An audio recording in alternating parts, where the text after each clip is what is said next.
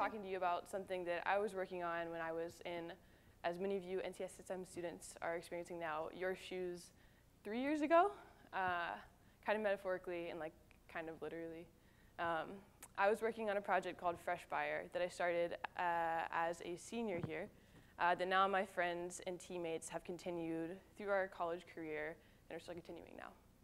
So I'm going to talk to you today about social enterprise and my experience with social enterprise through the lens of this project called Fresh Buyer. So if you don't know what social enterprise is, and or you have literally no desire to participate or start a social enterprise, then you have a lot in common with me at age 16. So social enterprise basically refers to the idea that businesses can be used as arbiters of social change or just arbiters of finding ways to better communities and improve outcomes for people and the environment. So Fresh Buyer, we hope and we try to make it as such, is an example of a social enterprise. I'll tell you a little bit about Fresh Buyer as an organization, and then I'll go into a little bit of background and tell you kind of the story of Fresh Buyer.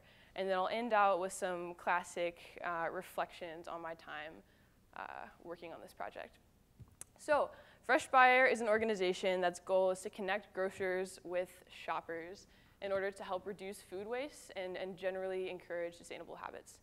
So this is done through, as you were saying, a mobile application that relays information on time-sensitive markdowns in grocery stores on food that's about to expire or is cosmetically imperfect or just in general needs to be liquidated from the shelves. So that's like the gist of it. And so the story really starts on my first day of classes at NCSSM. I made my way to Mr. Rash's calculus class where I met a girl named Shraddha. She was the only girl in my calculus class, and I immediately knew she was like a really cool person. Like one of those people that you like meet and you're like, wow. Like she didn't like have to try to be like funny in class. But anyway, I was immediately attracted to how smart she was and how she really seemed to care about what she talked about. And so when a month and a half later, she asked me to join a group of her and 3 other girls to do a Conrad Spirit of Innovation Challenge project. I didn't know what that was, and many of you may not know what that is. It's basically a competition where you design a product based under different categories to improve something broadly. I didn't know what it was, but I was in sort of that stage of NCSSM where everything is really magical and new and full of promise, and so I said, okay, yeah, I'll do it. So these 4 other girls and I created 2 projects junior year and kind of saw them through to fruition, meaning like until they like weren't accepted, but whatever. And we had so much fun. Our like ideas ranged from like a shower timer alarm to like a bicycle for airplanes. Our videos included Teenage Mutant Ninja Turtle costumes and a minute-long blooper section at the end. So it was a pretty awesome group to be a part of. We had so much fun, and we created this culture of just like a lack of competition between us, and that we were really all on each other's team and all working towards the same goal of having fun and just learning stuff and just trying stuff out. So when senior year rolled around, we were like, this was a great team, let's try it for round 2. This time we'll be like maybe a little bit more serious about it. And so we sat one fall evening in Bryan conference room, which for any of you who go here, you know well. And we knew well at that point, but what we didn't know is that we'd be spending like pretty much like every night there for the next 6 months until like 1 when they kick you out and you have to go back to your room. But we sat in the conference room and we tried to think of what in our community we'd noticed that could be relevant for us to innovate around or to think about and find ways as a student to address. And what we found in doing some kind of like academic research was some astounding statistics about North Carolina. And please excuse me, because I think I've said these like pitch words that I'm about to say like at least like 12 times. But North Carolina ranks among top states in the nation in terms of percentage of citizens who are experiencing food shortages, which like ironically is like also a mouthful to say.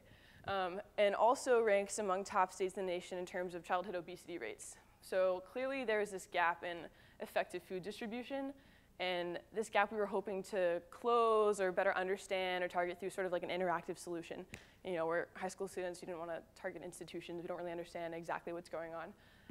And at the same time, through doing even more research, we realized that grocery stores were throwing out upwards of like $2,000 worth of food a day, depending on the scale of the grocery store, and food that could just like hadn't been sold and could be recovered. And this food was going to landfills where it was making up an estimated 20% of landfill methane emissions, which is really bad for the environment. And so after kind of trying to like grope with all of these different things and try to better understand this like gap I'm talking about, that's how we eventually came to the idea of, okay, well, what if we like use technology as a way to like connect grocers to consumers so they can come take advantage of these discounts on foods that are near expiring, these discounts that already happen, and just find a way to better communicate them so people can take advantage of them, so that these healthier foods, which is typically what these perishable foods are, your meats, your fruits, your vegetables, your like dairy, so that these foods can be more attractive and that they're at a lower price point and more accessible, and thus like encourage healthier habits. This all sounded like really great to us, and we were feeling pretty good about ourselves.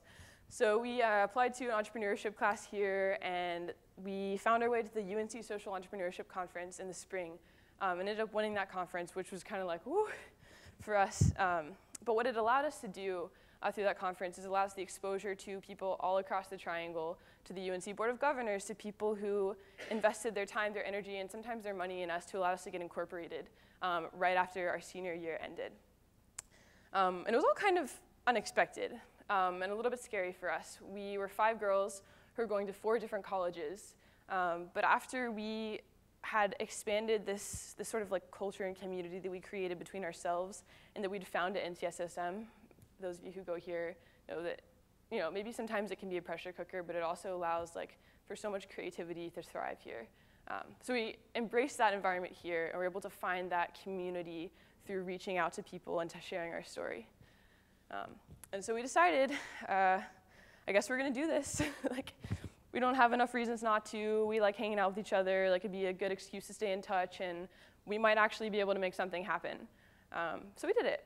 And we went off to our respective colleges, and we jumped right in. And we were like, okay, we're going to apply to every competition ever because we don't know exactly how to do this without money, and we don't know exactly how to do this without recognition, or how to call up a grocery store and be like, hey, I know that like you're one of the largest grocery store chains in like America, but like we would really appreciate it if you would like listen to us and let us test in your store and maybe videotape so we don't get kicked out like last time.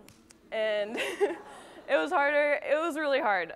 We actually met a lot of resistance from grocery stores, but we kept winning competitions because we got really good at telling our story, and we got really excited about it, and other people got excited about it.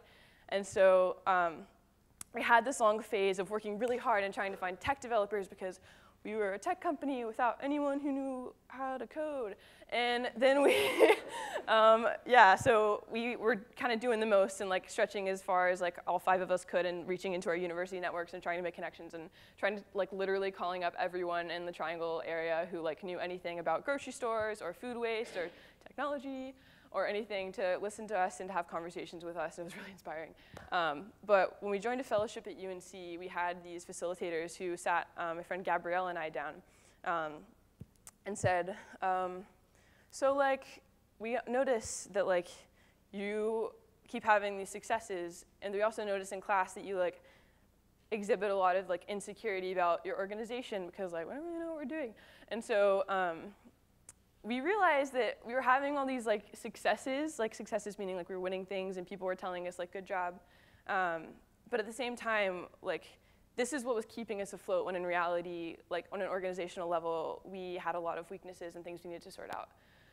And so that was a cool like reflective time, and a time when we started to realize like how unique we really were. So we were an all-girl team. We were a huge startup team. You know, startups usually have like 2 people who are kind of running the show.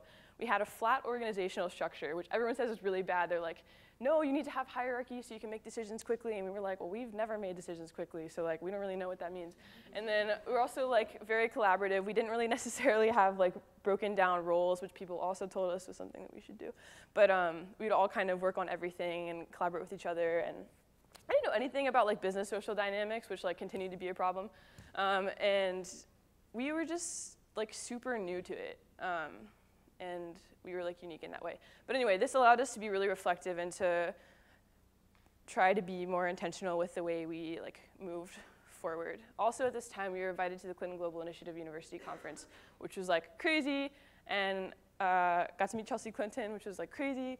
and we got mentorship and like a kick-ass design team, and we started feeling like, okay, like things are good, like things are happening now, like we like now look like an official company, and and so going into the next year, we were even more stoked, but kind of stoked in the way that like you're like, wow, this is like a really long process, but like I'm stoked whenever I like have conversations with people, and then I go back home and I'm like, wow, I'm really tired, but I come back and I'm stoked again. And so we finally found our like tech person we were looking for in our class at NCSSM. Our friend Mitch was really good at coding and bought into the idea, and so he like joined on board for a little while and tried to help us make our dreams a reality. And we got into the Accelerator Program, and we spent 6 months like really intensely doing the Accelerator Program thing. And then now finally we have the product. It's been like 3 years since we started the idea, and now we actually have the thing that like we can actually test, like try to make this thing happen that we've been trying to make happen for so long. So that's where we're at. So we have this thing that now it feels like scary to have, because now we actually have to test it and make magic happen. But we also have our team, me, Shraddha, Mona, Gabrielle, and Jennifer. And we also have this crazy network of people spread out across time and across place, like literally across continents, of people who are invested in us, who care about what we're learning, who care about the problems that we're trying to solve, and who care to listen to us, and who are just generally on our team. So that's pretty sick. And now I just kind of want to give you like, I wouldn't say like discouraging, but like just a more real glimpse into what it really looks like to work on a social enterprise. And I've titled this section, "Do Not Start a Social Enterprise."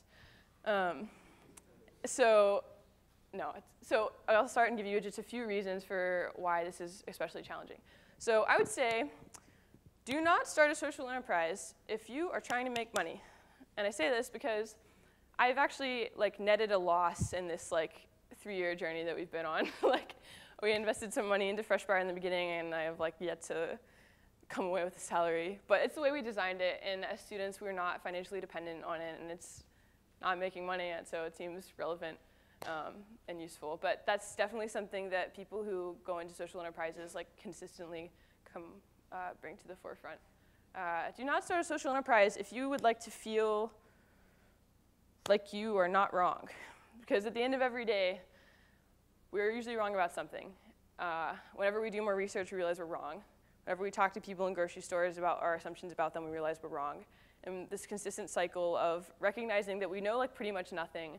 And we're also unique in this way because most entrepreneurs, well, I won't say most, a lot of entrepreneurs go into their like entrepreneur thing because they have skills that are relevant to what they're trying to create, or they're like already been in the industry, and like we have none of those things, so we consistently learn over and over again that we know nothing. Do not go into social enterprise if you want to be like constantly like excited and motivated, because it's an unrealistic expectation. Not that it's not awesome, because as you can tell, like this is like me being really excited about this thing I've worked on, but every day is like pretty hard. Like I'm reminded of some like, I think it's like a Tumblr quote that's like, does not matter how slow you go, but you must not stop. I think it's a Confucius quote. And I feel like that's really relevant to the story of at least our experience in social enterprise, if not everyone's. Do not go into a social enterprise if you are afraid of being bad at things. That kind of echoes on my earlier point. We're bad at a lot of things. I talked about the social dynamics thing in the business world. We're not great at it. And we're also not great at coding, and we're also not great at asking people for money. And we're not great at a lot of things, and you get better at them, but as someone who was reflecting on this experience, I would say don't go into this if you don't ever want to be bad at things, because you would be sad about that. Do not go into social enterprise if you want concrete tasks. One of the biggest things I've learned throughout this process is how to manage ambiguity. Literally last summer, I was working on Fresh Bar all summer, and I would wake up, and I'd be like, ah!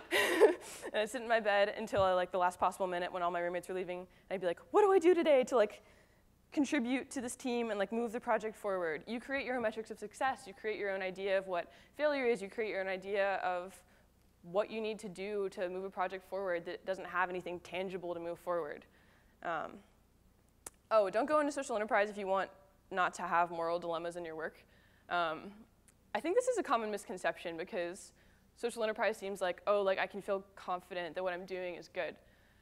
But for example, when we started to go ask grocery stores and really do like more intensive research on how we could do this thing, we realized that a lot of grocery stores have donation platforms whereby they can like donate wasted food to like food shelters, or yeah, like food banks. And we realized that that was something that kind of struck us because we didn't want to interfere with a system that was already doing something good. And so that's always something that comes up in different ways in social enterprise work. And don't start a social enterprise if you don't want to hear people's feedback, however negative, because it happens. That's like a life rule. But while that's a lot, and maybe it's cheesy to say, what I've learned is so much more valuable.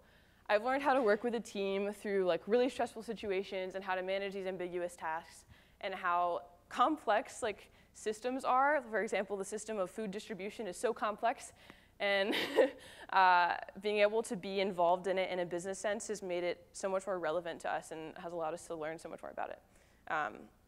I've learned what policies and programs other countries and other people are doing to try to combat the same problems, and how cool it is to be in a community where you can work together while you work separately to accomplish a common goal. I've learned that universities will help. I've learned that even if you know nothing, you can have confidence to go problem solve and to take whatever skills you have and to ask questions and to figure things out. And of course, we've learned to be assertive.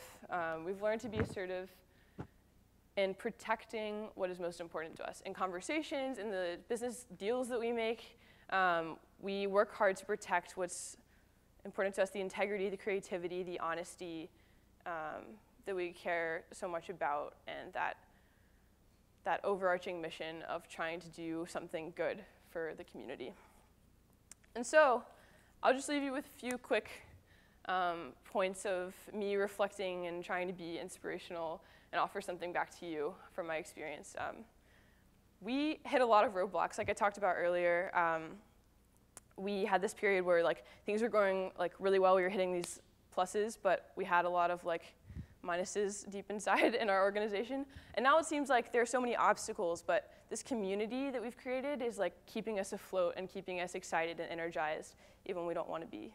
Know that your dreams are supported in a place like NCSSM especially, or whatever high school you go to or wherever you are. Your dreams are really supported here, and that's so special, and I encourage you to keep that wherever you go after you graduate.